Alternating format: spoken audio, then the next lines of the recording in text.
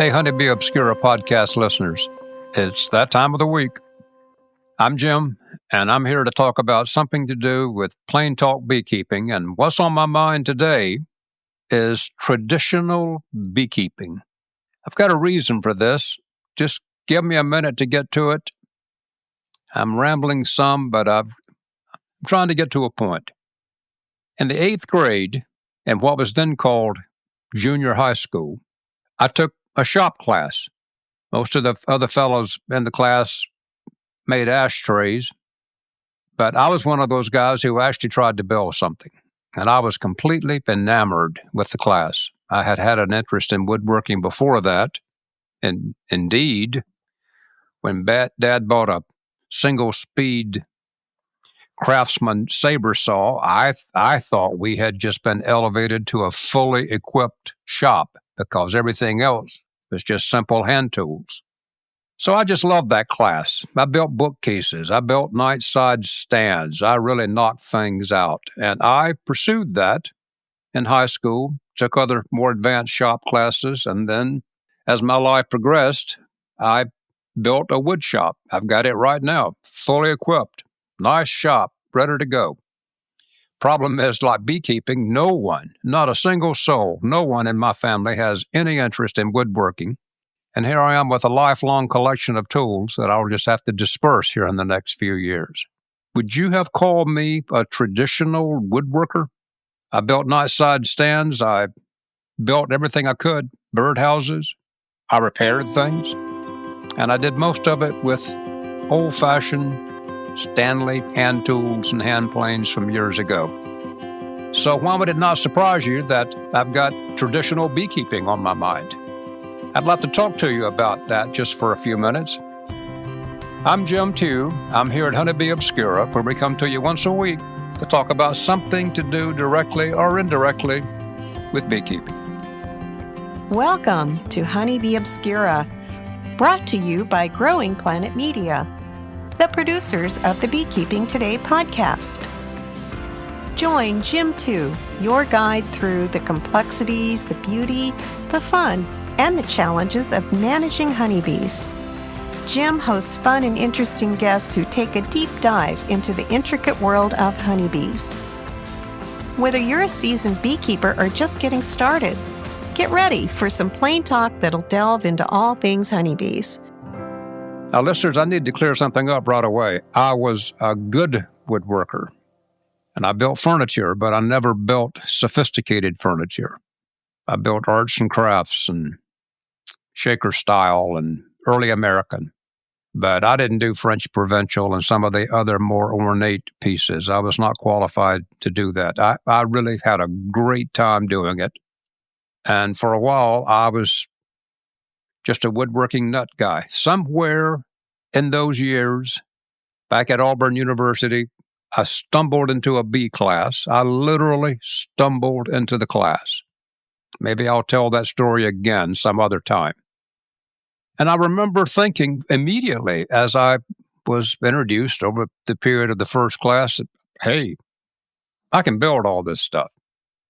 And I had an uncle who was in bees already, and he was, quote, a traditional beekeeper. So he was helping me get started. I was deciding that I can build all this stuff, and indeed I could. But even at the time, I thought, this is going to be tedious stuff to build. I calculated one time, I forget now, there's 14 or 15 cuts that you have to make to build a common wood frame. So it was just mind-numbingly tedious. So my early genesis for having an interest in bees was that I could build so much of the equipment myself. Now, I need to really rush up the years because the years passed and I built up a lot of equipment.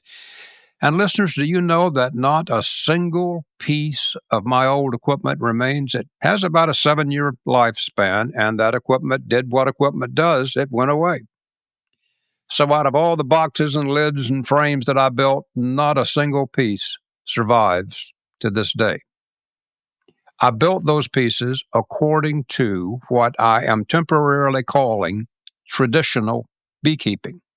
There were wood frames, standard boxes, improvised handholds on the sides, and the bees were fine in that box. And I got such personal satisfaction from actually building the box that the bees were living in.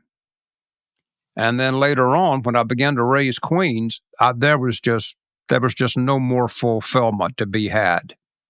Not only had I built the domicile the bees were living in, I had a direct hand in producing the queen that was heading this colony. You could not have been any more of a bee herdsman than what I was. It still excites me a bit.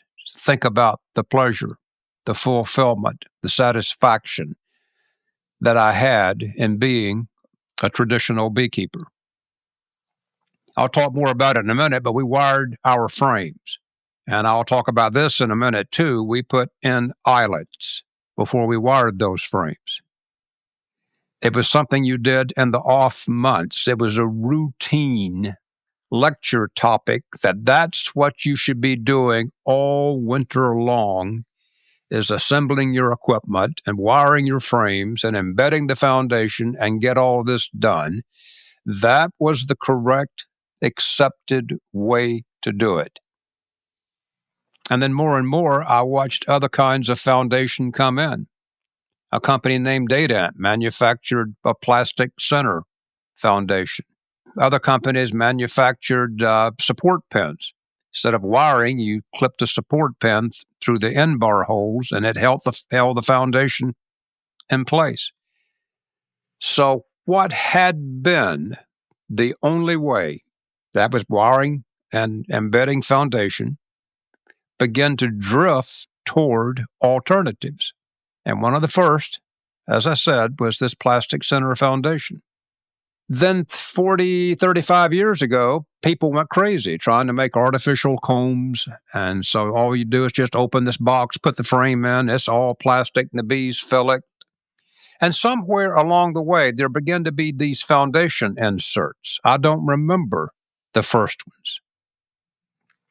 But those foundation inserts were so simple to do. All you had to do was just pop it into place, clip, clip, snap, snap, and it was in. And for those of us who had wired frames by the thousands, this was really something neat to do. What happened? Let's hear from our sponsor, and when we come back, I'll tell you how this evolved. Time to upgrade your beekeeping gear? Better Bees suits and jackets are built for comfort, safety, and durability because we know what beekeepers need. Thumb loops keep sleeves in place. An adjustable waistband gives you a secure fit. And there's plenty of pocket space for your tools or phone. Plus, whether it's a cool spring morning or the heat of summer, you'll stay comfortable with regular, partially ventilated, and fully ventilated options. Get your Better Bee suit or jacket today at betterbee.com.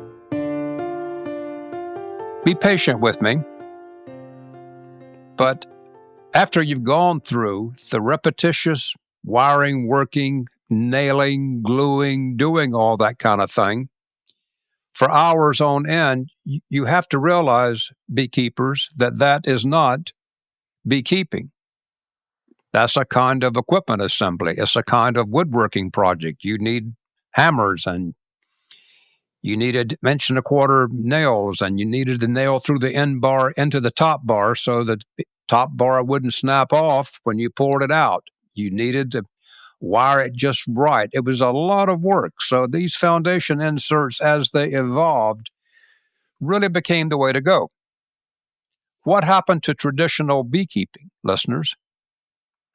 Is traditional beekeeping wiring frames and installing eyelets and embedding the foundation, or is traditional beekeeping a moving target? Is traditional beekeeping now primarily using single component plastic frames, or at the very least, buying your frames already assembled and then popping in a foundation insert and dropping it in the beehives? So when I talk to you now, there's more than one of me here talking. One of me is thinking, I got a swarm, I got to go, I got to get it. I don't have equipment ready. I'll just pop in these inserts and I'll get these 6 frames ready and put it in that nuke and I'll have that swarm. Or in the old days, I would have said, oh, my stars, I've got to go assemble frames, nail. I've got to wire these frames. I got to put eyelets in. It would take so much longer. So one of me says the convenience was worth something. The other one of me says, nobody asked the bees. The bees have never been crazy about this plastic foundation and these plastic frames that we're using. They will use them. And we do know ways to coerce the bees into building combs on there and keeping combs looking the way we want them to look. Is that now traditional beekeeping? Was traditional beekeeping when we just used a foundation strip in the top bar to give the bees a guide to build on? Our listeners, was traditional beekeeping when we didn't use foundation at all? We just used a bevel top bar so that when you looked up at the 10 frames inside the colony, all you saw were leading edges, and it was just easier for the bees to attach to those leading edges. Why did we get away from that? It was natural comb. We got away from that because those frames would blow up in an extractor, and we didn't want that to happen. So we began to work. Those traditional beekeepers who just used leading edge frames with no foundations began to evolve to beekeepers who would use a hand mold and in their own shop with equipment they bought from bee supply companies make their own sheet foundation. And then they would cut strips of that about 1.5 inches, 2 inches wide, and then use these starter strips for the bees to build on. And then someone said, let's just use a full sheet. That way you get no drone brood and you don't get distorted comb down lower. So let's use an entire sheet of foundation. And then other beekeepers must have thought, well, that won't go through the extractor. What if we put wires in it? I wonder what else was tried. I don't know any other thing that was ever tried other than wires. But they put the wires in, and then you would electrically embed those wires, or you would use a spur wire embedder to press the wire into the wax. Real quickly. If there's not a good nectar flow on, strange things could happen at that point. The bees would just eat that foundation up. Some beekeepers thought that they were trying to get that wire out. Other beekeepers thought, and I kind of lean more toward them, that the bees were using the wax somewhere else on the comb, that they needed beeswax to finish cappings or to build cells somewhere else, and so they tore down my wax foundation. But enough of that. There were quirks about this stage of what I'm calling now traditional beekeeping, where we embedded and used the wires. Where all this is going is that I recently wrote an article in the American Bee Journal, and I was lamenting the passing of wired foundation with beeswax combs. And I have received enough responses to say that I touched a nerve. There's a lot of you out there who are still practicing, and may I quote, traditional beekeeping. There's a lot of you out there who are still going through the process of installing eyelets. Again, real quickly, listeners, when I first started keeping bees, the eyelets were made of brass. Now they're made of aluminum. And after you pushed in thousands of eyelets, the palm of your right hand, in my case, was so sore from using this ice pick eyelet inserter or eyelet punch that you cause your hands to begin to hurt. And then you had to wire it. And then there were beekeepers who thought that you had to almost bow the end bars in and have these wires violin-tight. No, you didn't. You just wanted them taut, but not particularly tight. And there were ways to pull the wire through, to tense it, and then to nail it off so that it maintained its tension. And then you dropped in the sheet of foundation that probably by then had factory-installed vertical wires. Listeners, this stuff is all over the web. So if you want to go backwards into the way beekeeping was done in 1957, you can still do it. You can go backwards. It's still here. Now, when I say backwards, I don't mean that to be a derogatory thing. There are those of you, and I'm not in the group, but I'm very nearly in the group, who thinks, how much more plastic can we put in a beehive? I guess it's endless. There are beehives now that are almost all plastic. Plastic just consumes beekeeping now. So much of our parts are made of plastic, right down to our extractor tanks in many cases. So the whole point is, I used to be a traditional woodworker. I don't know that I am now. I'm not really much of a woodworker at all, but with all the laser devices that are out and the gadgetry and the tools, my wood shop is definitely dated. It basically sputtered to a halt somewhere around 1990. So I can't say that I'm a modern woodworker, but I know a lot of the old ways. Secondly, I used to be, and I trained to be, and I learned traditional beekeeping that was traditional at the moment. It wasn't the earlier version of traditional beekeeping where you made your own foundation, or even the earlier traditional beekeeping procedure of not using foundation at all. So now I am a, quote, modern beekeeper, because for the last 10 years, I've been using these foundation inserts. And as I snap those things in, I wonder, how much does it matter that foundation insert is something like 10 to 12 times thicker than a natural comb midrib? What does that mean for wintering behavior when the bees are all trying to cluster up head first in the cells and generate heat? Does that real thick central midrib matter when the natural comb would have had just a click away from having no midrib at all? It would have been so thin. And then there's all the concept of microplastics and what's going on and how much plastic we are unintentionally consuming. So I don't know what it means to have that in there. But know this, there's a meaningful group of you who are still doing it in the most recent traditional way.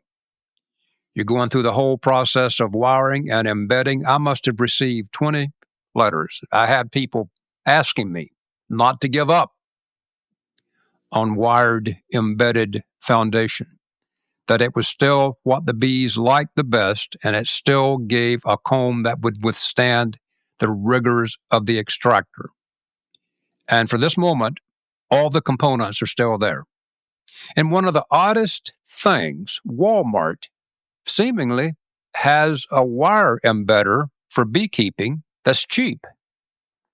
Most of the embedders made by the traditional bee companies are the same model that have been manufactured for decades, and they're $75 to $80. So I have no idea why Walmart has a wire embedder. Check it out. See if I'm wrong on that. Maybe it's for something else. I was tempted to buy it just to see what it looked like.